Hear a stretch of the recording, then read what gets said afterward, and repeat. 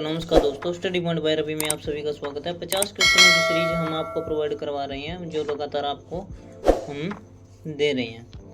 तो इसी प्रकार हमारे साथ जुड़े रहिए। 50 क्वेश्चनों की सीरीज हम आपको लगातार प्रोवाइड करवा रहे हैं, जो परीक्षा में आने वाले बहुत ही महत्वपूर्ण फिजिक्स के महत्वपूर्ण प्रश्न हैं।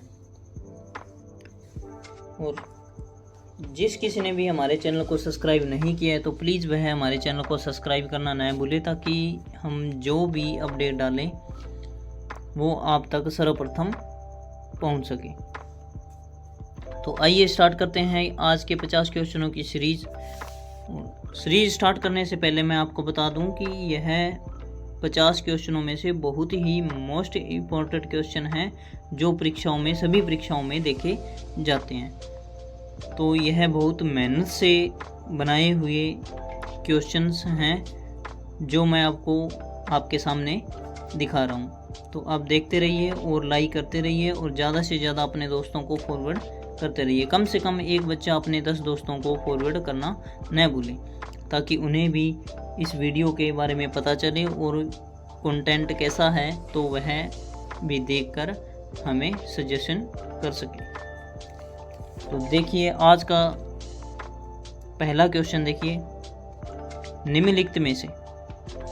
निम्नलिखित में से उत्प्लावन बल किस कारक पर निर्भर करता है। तो उत्प्लावन बल किस पर निर्भर करता है, तो इसका सही आंसर होगा घनत्व। उत्प्लावन बल किस पर कारक पर निर्भर करता है, तो उत्प्लावन बल होता है वह ऑप्शन ए, इसका सही आंसर होगा घनत्व पर निर्भर करता है। तो घनत्व पर निर्भर करता है, ऑप्शन ए इसका सही आंसर होगा। नेक्स्ट क्वेश्चन देखिए, जल का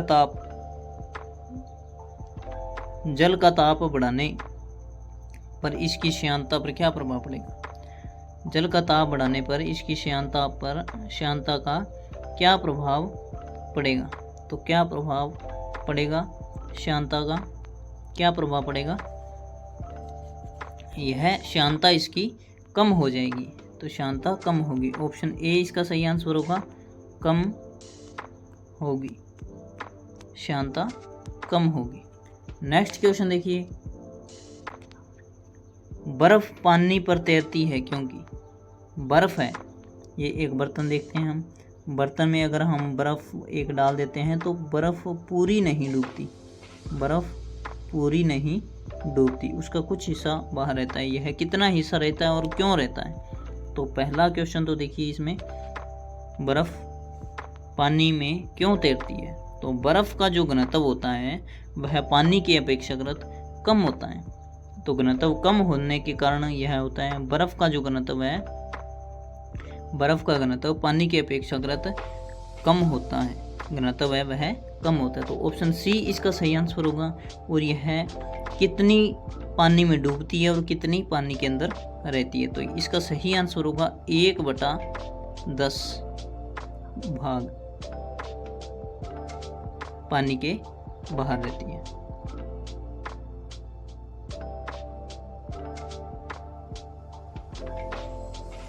नेक्स्ट क्वेश्चन देखिए, किसी वस्तु का गुरुत्वीय त्वरण निर्भर करता है। तो गुरुत्वीय त्वरण किस पर निर्भर करता है। तो गुरुत्वीय त्वरण है वह आकार पर, द्रव्यमान पर और त्रिज्या पर, तीनों पर निर्भर करता है। तो इसका सही आंसर होगा ऑप्शन डी इसका सही आंसर होगा, ये सभी। तो यह आकार, द्रव्यमान और त्रिज्या तीनों पर निर्भर करता है। नेक्स्ट क्वेश्चन देखिएगा, पृथ्वी के गुरुत्वाकर्षण क्षेत्र की तीव्रता अधिकतम होती है। तो अधिकतम कब होती है और कहाँ होती है। तो विषुवत रेखा पर होती है, विषुवत रेखा पर अधिकतम होती है। तो इसका सही आंसर होगा ऑप्शन बी, विषुवत रेखा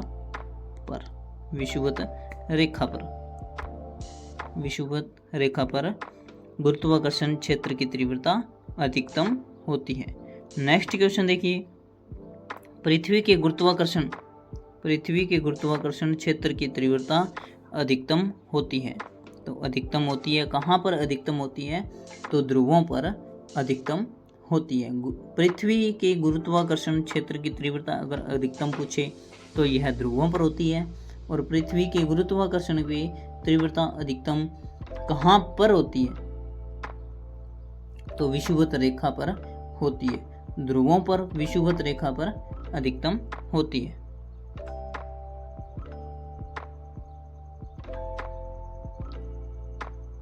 ये क्वेश्चन दोनों सेम है लगभग। पृथ्वी के गुरुत्वाकर्षण क्षेत्र की तीव्रता अधिकतम होती है और पृथ्वी के गुरुत्वाकर्षण क्षेत्र की तीव्रता अधिकतम होती है। तो इसका सही आंसर होगा विषुवत रेखा पर। विषुवत रेखा पर इसका सही आंसर होगा विषुवत रेखा। विषुवत रेखा इसका सही आंसर है। ऑप्शन सी इसका सही आंसर होगा विषुवत रेखा पर। विषुवत रेखा पर इसका सही आंसर है। नेक्स्ट क्वेश्चन देखिए, गुरुत्वीय त्वरण का मान 0 होता है। तो गुरुत्वीय त्वरण का मान 0 होता है तो कहाँ पर? पृथ्वी के केंद्र पर 0 होता है। पृथ्वी के केंद्र गुरुत्वीय त्वरण का मान 0 होगा कहाँ पर? तो पृथ्वी के केंद्र पर 0 होगा। पृथ्वी के केंद्र पर। ऑप्शन डी इसका सही आंसर होगा पृथ्वी के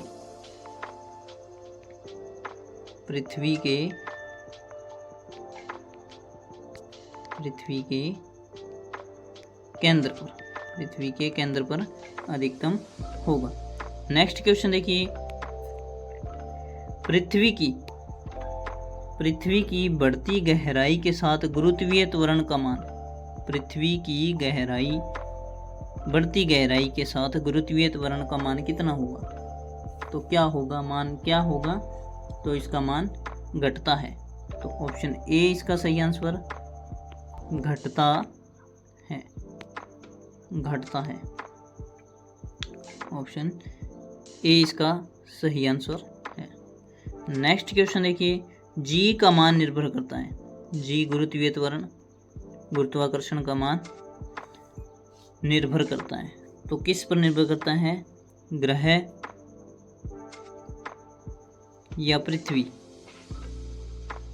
पृथ्वी के द्रव्यमान पर, त्रिज्या पर निर्भर करता है। तो इसका सही है, जी का मान है वह किस पर निर्भर करता है? तो द्रव्यमान पर और त्रिज्या पर निर्भर करता है। तो इसका सही आंसर होगा द्रव्यमानों पर।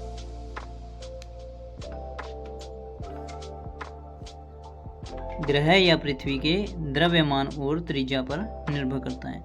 द्रव्यमान और त्रिज्या पर निर्भर करता है।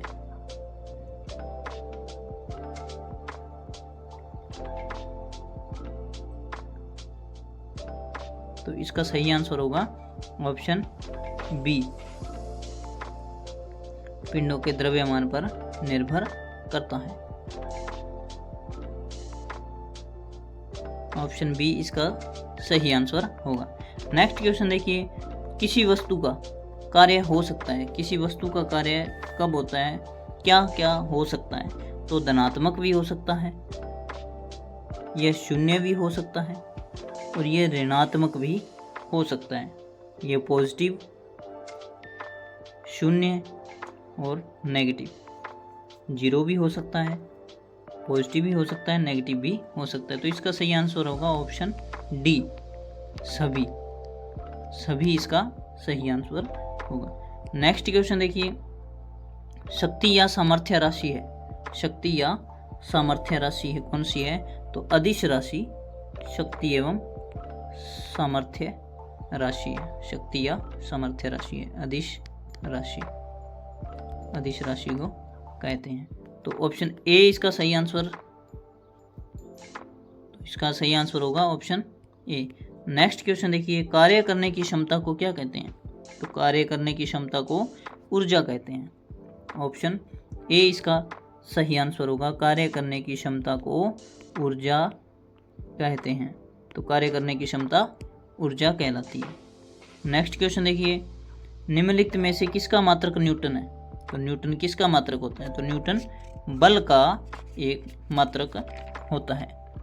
न्यूटन किसका मात्रक है? तो बल का। ऑप्शन ए इसका सही आंसर होगा, बल। ऑप्शन ए इसका सही आंसर होगा, बल। बल इसका सही आंसर होगा, बल। नेक्स्ट क्वेश्चन देखिए, निम्नलिखित में से द्रव्यमान की इकाई है। निम्नलिखित में से द्रव्यमान की इकाई नहीं है।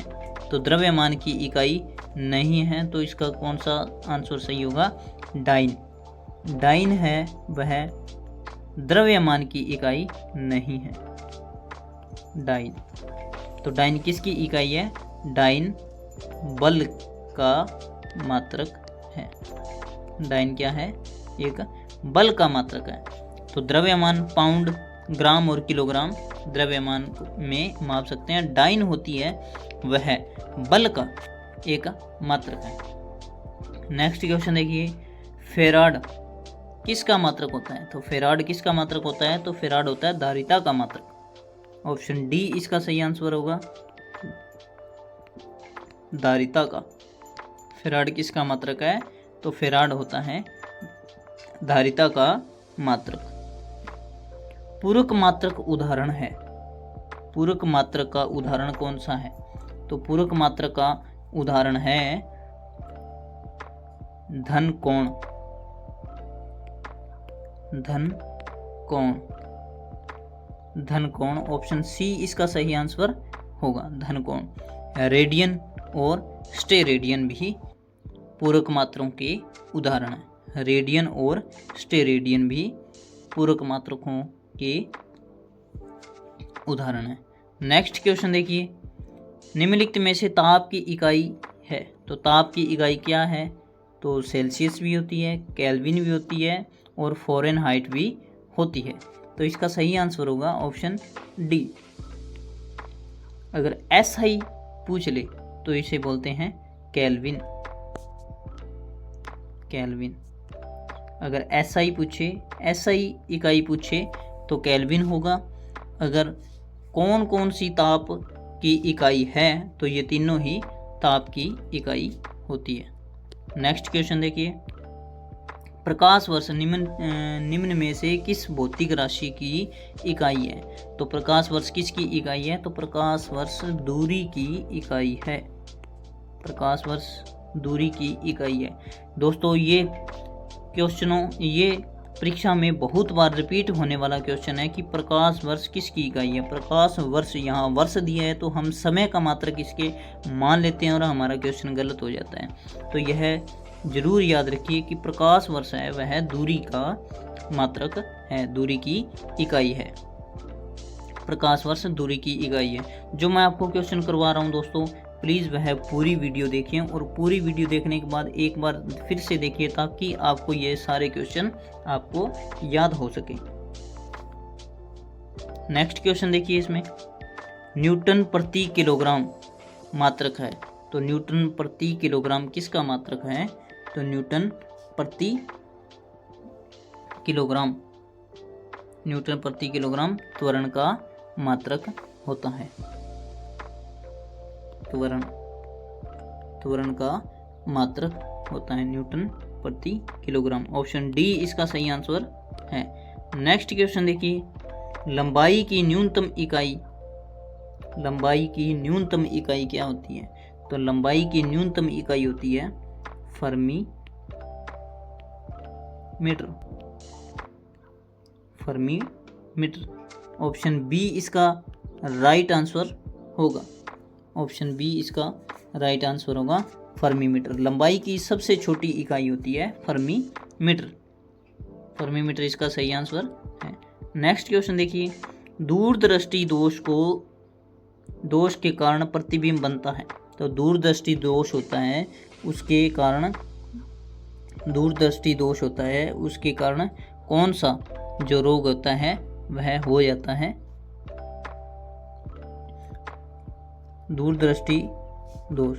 तो रेटिना के पीछे प्रतिबिंब बनता है जिसके कारण दूरदृष्टि दोष होता है, जिसमें दूर की वस्तुएं स्पष्ट दिखाई देती है परंतु पास की वस्तुएं होती हैं वह दिखाई नहीं देती। तो इसका सही आंसर होगा रेटिना के पीछे, रेटिना के पीछे, रेटिना के पीछे। तो इसका सही आंसर होगा ऑप्शन ए, रेटिना के पीछे इसका सही आंसर होगा, रेटिना के पीछे। तो दूरदृष्टि दोष को और किस नाम से जाना जाता है? तो हाइप्रोपिया, हाइप्रोपिया नाम से भी जाना जाता है। तो नेक्स्ट क्वेश्चन देखिए, निकट दृष्टि दोष से पीड़ित व्यक्ति के चश्मे में प्रयुक्त किया जाता है। तो कौन सा लेंस प्रयुक्त किया जाता है? तो अवतल लेंस प्रयोग किया जाता है। अगर निकट दृष्टि दोष से पीड़ित व्यक्ति रहता है तो उसे मायोपिया रोग कहते हैं। उस रोग को क्या कहेंगे? मायोपिया रोग कहा जाता है। तो इसका सही आंसर होगा अवतल लेंस, अवतल लेंस। ऑप्शन बी इसका सही आंसर होगा, अवतल, अवतल लेंस, अवतल लेंस इसका सही आंसर है। नेक्स्ट क्वेश्चन देखिए, आइरिस के मध्य, आइरिस के मध्य वाले छोटे छिद्र को कहते हैं। तो क्या कहते हैं? पुतली कहते हैं। ऑप्शन ए इसका सही आंसर होगा, पुतली, पुतली कहते हैं। नेक्स्ट क्वेश्चन देखिए, मानव नेत्र में रेटिना पर बनने वाला प्रतिबिंब, रेटिना पर बनने वाला प्रतिबिंब होता है तो सीधा होता है परंतु उल्टा वाला प्रतिबिंब देता है।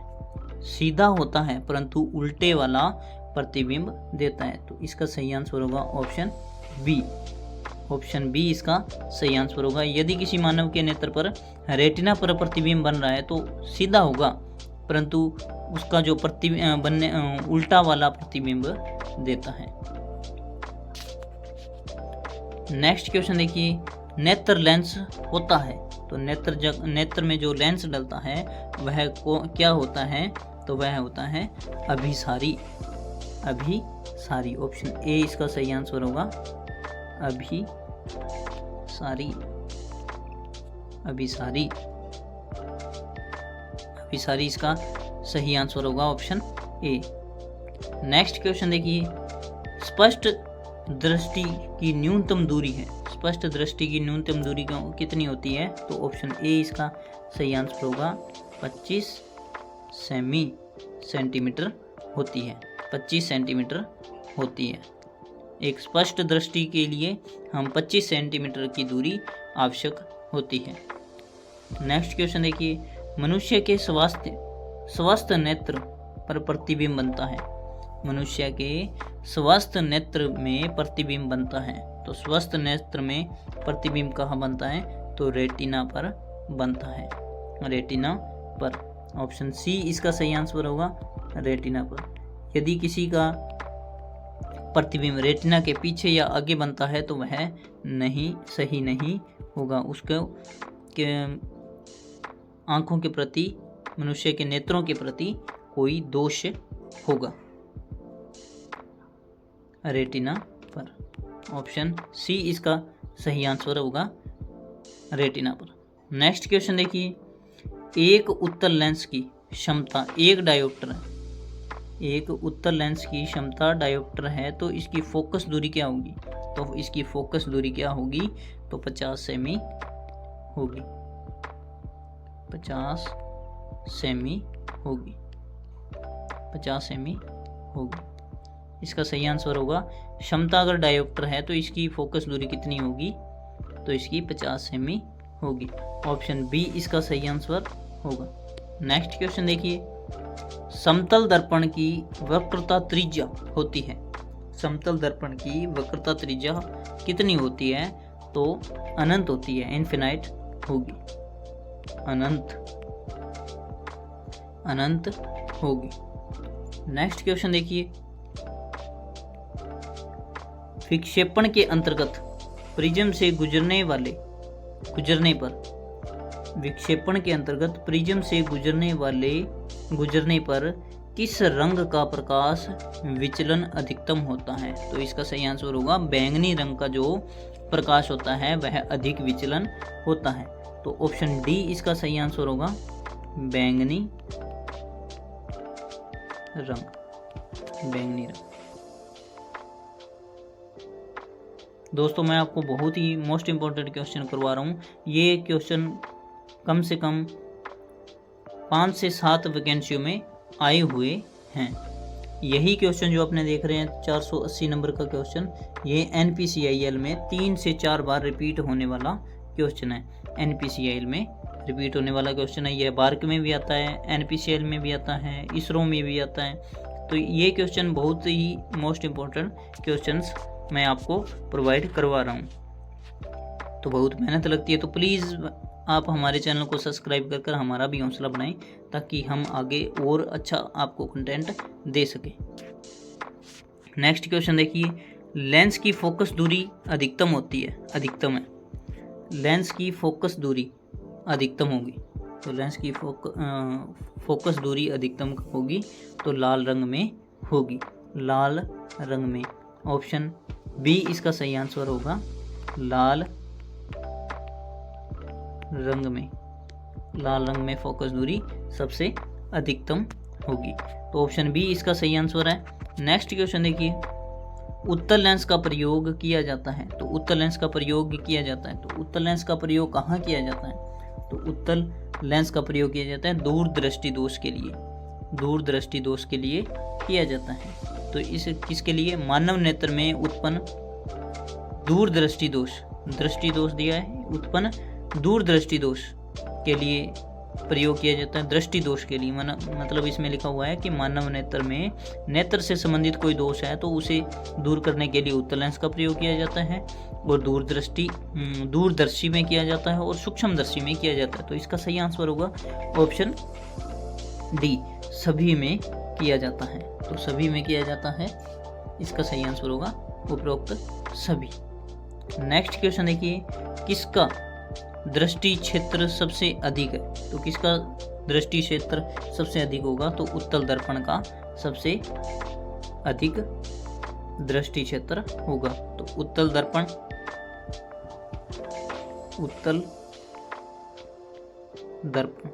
उत्तल दर्पण इसका सही आंसर होगा, ऑप्शन बी इसका सही आंसर है। नेक्स्ट क्वेश्चन देखिए, सर्वाधिक संख्या में समस्थानिक पाए जाते हैं, सर्वाधिक संख्या में समस्थानिक पाए जाते हैं, समस्थानिक पाए जाते हैं तो पोलोनियम के,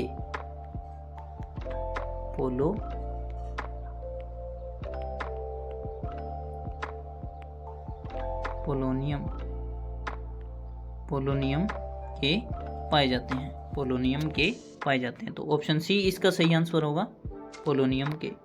नेक्स्ट क्वेश्चन देखिए, आवर्त सारणी में ऊर्ध्वाधर पंक्तियां कहलाती हैं, क्या कहलाती हैं? ऊर्ध्वाधर सारणी में, आवर्त सारणी में ऊर्ध्वाधर पंक्तियां कहलाती हैं, तो क्या कहलाती है? वर्ग कहलाती हैं। तो वर्ग कहलाती हैं, वर्ग कहलाती हैं। आवर्त कितने होते हैं? 7, और वर्ग कितने होते हैं? 18। ग्रुप कितने होते हैं? 18 ग्रुप होते हैं आवर्त सारणी में। इसका सही आंसर होगा ऑप्शन ए, वर्ग। ऊर्ध्वाधर पंक्तियां क्या कहलाती हैं? तो वर्ग कहलाती हैं। नेक्स्ट क्वेश्चन देखिए, MKS पद्धति से तात्पर्य है, MKS पद्धति से तात्पर्य है, तो क्या तात्पर्य है? Metre kilogram second, metre kilogram second, metre kilogram second. इसका सही आंसर होगा option D, metre kilogram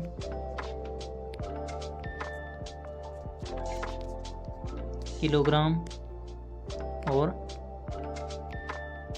second. Next question देखिए, भौतिकी की वह शाखा जो वस्तु की गति का अध्ययन करती है क्या कहलाती है? तो क्या कहलाती है? यांत्रिकी कहलाती है। तो इसका सही आंसर होगा यांत्रिकी, यांत्रिकी। ऑप्शन ए इसका सही आंसर है, यांत्रिकी। नेक्स्ट क्वेश्चन देखिए, निम्नलिखित में से सही विकल्प कौन सा है? तो सही विकल्प कौन सा है? तो कार्य बराबर होता है बल इंटू विस्थापन। बल इंटू विस्थापन, कार्य बराबर होता है बल इंटू विस्थापन। तो ऑप्शन बी इसका सही आंसर होगा, W बराबर F into S. F into S. Next question देखिए, गुरुत्वाकर्षण की परिभाषा किसने दी थी? गुरुत्वाकर्षण की परिभाषा दी थी न्यूटन ने। ऑप्शन बी इसका सही आंसर होगा, न्यूटन ने दी थी। नेक्स्ट क्वेश्चन देखिए, निम्नलिखित में से ऊष्मा का सुचालक है, ऊष्मा का सुचालक कौन सा है? तो इसका सही आंसर होगा, इसमें अल्कोहल, पानी, इधर इसका सही, इसमें सॉरी दोस्तों, इसमें से गलत हो चुका है। तो इसमें ये होगा पारा, ऑप्शन ए। यहाँ पारा कर लीजिए, यहाँ पारा होगा मरकरी। मरकरी, मरकरी इसका सही आंसर होगा। मरकरी, आवर्त सारणी के हिसाब से मरकरी कितने नंबर का, एटॉमिक नंबर कितना होता है? तो एटॉमिक नंबर होता है मरकरी का 80। मरकरी का सिंबल क्या होता है? Hg। मरकरी का सिंबल होता है Hg। और इसका द्रव्यमान कितना होता है? मरकरी का द्रव्यमान होता है 200.59। ये दोस्तों इतनी बातें याद रखिए, आपका इनमें से क्वेश्चन कहीं से भी बाहर नहीं जाएगा। इतना आप याद रखिए, प्रत्येक क्वेश्चन में आप इतना याद रख लीजिए, तो आवर्त सारणी से रिलेटेड आपको कोई भी दिक्कत नहीं आएगी। तो नेक्स्ट क्वेश्चन देखिए, जीवन की इकाई क्या है? तो जीवन की इकाई है कोशिका। ऑप्शन बी इसका सही आंसर है, कोशिका। जीवन की इकाई है कोशिका। कोशिका जीवन की इकाई है। नेक्स्ट क्वेश्चन देखिए, कोशिका सिद्धांत किसने दिया था? कोशिका सिद्धांत किसने दिया था? स्वाइडेन व स्वान ने। स्लाइडेन व स्वान ने। ऑप्शन बी इसका सही आंसर होगा, स्लाइडेन व शिवान ने। स्लाइडेन व शिवान ने। ऑप्शन बी इसका सही आंसर होगा। मानव शरीर में सबसे कठोर भाग कौन सा होता है? सबसे कठोर भाग कौन सा होता है? तो मानव शरीर में सबसे कठोर भाग होता है मानव का जबड़ा, जिसे दांत का इनेमल भी कहते हैं। ऑप्शन ए इसका सही आंसर होगा, दांत का इनेमल। दांत का इनेमल। नेक्स्ट क्वेश्चन देखिए, निम्नलिखित में से किसका उपयोग गंध युक्त सूचक के रूप में किया जाता है? तो इसका सही आंसर होगा, ऑप्शन सी, प्याज का। प्याज का प्रयोग किया जाता है। प्याज इसका सही आंसर होगा, प्याज। प्याज। नेक्स्ट क्वेश्चन देखिए, निम्न में से कौन सा एक प्राकृतिक सूचक का उदाहरण है? प्राकृतिक सूचक का उदाहरण कौन सा है? तो litmus. Option B, litmus. Litmus कैसे प्राप्त होता है? तो लाइकेन से। लाइकेन।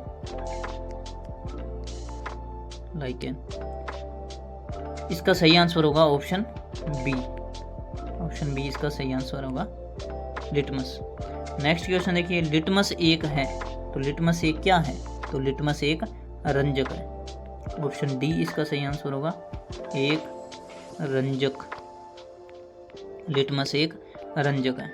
नेक्स्ट क्वेश्चन देखिए, निम्नलिखित में से कौन सा अधिक ऋणात्मक तत्व है?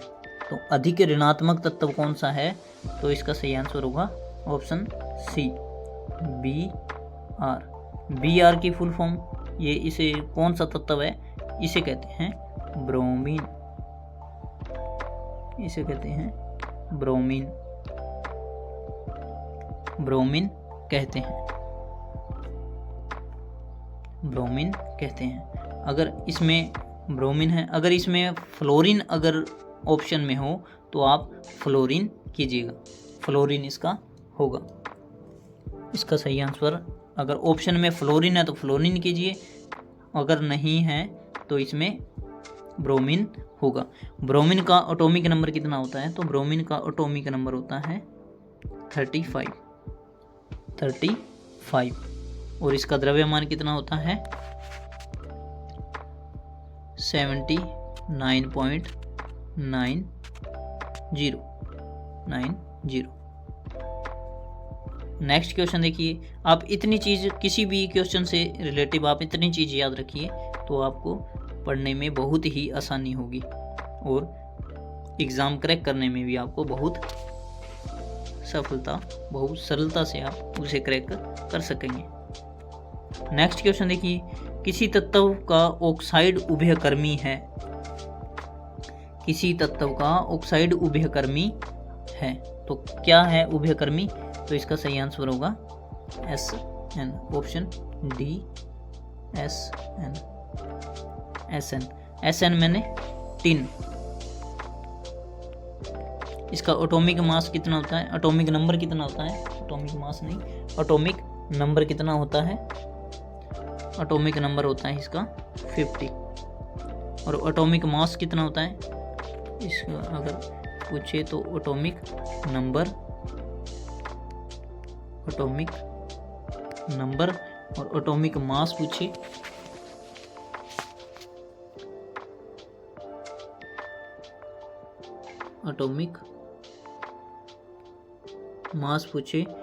एटॉमिक मास पूछे तो इसका सही आंसर होगा 118.71। टिन का होगा 118.71। नेक्स्ट क्वेश्चन देखिए। SN। अब यहां से देखिए आपको टिन होता है, टिन का सिंबल होता है SN। और कितने एटॉमिक नंबर इसका क्या होता है? तो एटॉमिक नंबर होता है इसका 50 और एटॉमिक मास कितना होता है?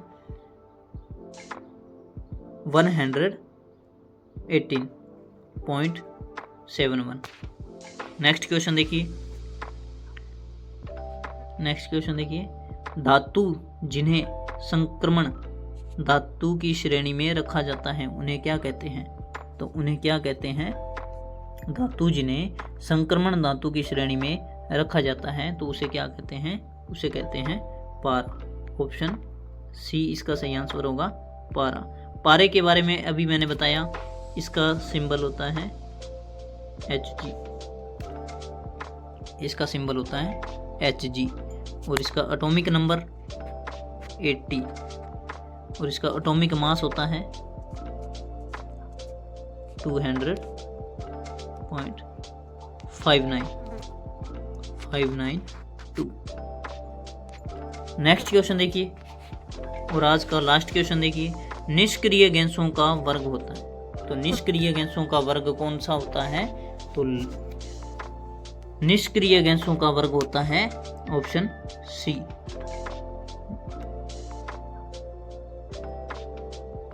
निष्क्रिय गैसों का वर्ग होता है लास्ट वर्ग होता है 18 नंबर का वर्ग होता है निष्क्रिय गैसों का वर्ग। इसका सही आंसर होगा ऑप्शन सी, ऑप्शन सी इसका सही आंसर होगा। तो इसमें देखिए कौन कौन से होते हैं निष्क्रिय गैसें, कौन कौन सी होती हैं? तो इसमें होती है helium, neon, argon, krypton, xenon, radon, ये निष्क्रिय गैसें हैं। तो आप इनको याद रखिए। निष्क्रिय गैसें, पहली निष्क्रिय गैसें कौन सी होती हैं? तो हीलियम को लिखते हैं He से लिखते हैं और इसका एटॉमिक नंबर होता है 2 और एटॉमिक मास होता है 4.00। ये एटॉमिक नंबर है ये एटॉमिक मास है, आप इसी तरह याद रखिए। दूसरा होता है नियोन, यहीं लिख देता हूँ मैं, जगह थोड़ी कम है, लिखने में दिक्कत होती है। तो यहाँ देखिए नियोन एटॉमिक नंबर होता है 10, एटॉमिक मास होता है 20.17। इतना आप याद रखिए। और नेक्स्ट देखिए, नेक्स्ट होता है आर्गन। आर्गन को लिखते हैं AR से। इसका एटॉमिक नंबर होता है 18 और एटॉमिक मास होता है 39.94। नेक्स्ट होता है क्रिप्टॉन। क्रिप्टॉन को लिखते हैं KR से लिखते हैं और इसका एटॉमिक नंबर होता है 36 और एटॉमिक मास होता है 83.79। फिर देखिए होता है जिनोन, जिसे लिखते हैं XE से। इसका एटॉमिक नंबर होता है 54, एटॉमिक मास होता है 131.29। लास्ट देखिए रेडोन, जिसे लिखते हैं RN। एटॉमिक नंबर होता है 86 और एटॉमिक मास होता है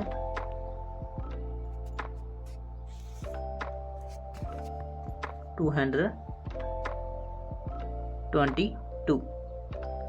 एक लास्ट भी होता है जिसे हम कहते हैं अनोनोसिटम। 118 नंबर का तत्व होता है, यह भी निष्क्रिय गैसों में आता है। तो दोस्तों आज हमने 50 क्वेश्चनों की सीरीज हमने कंप्लीट की है। इसी तरह हमारे साथ बने रहिए और जुड़े रहिए। और जिस किसी ने भी हमारे चैनल को सब्सक्राइब नहीं किया तो प्लीज़ वह हमारे चैनल को सब्सक्राइब करना ना भूलें। अगर वीडियो आपको अच्छी लगी है तो ज़्यादा से ज़्यादा फॉरवर्ड करें और ज़्यादा से ज़्यादा लाइक करना न भूलें। धन्यवाद दोस्तों। जय हिंद, जय भारत। आपका दिन शुभ हो।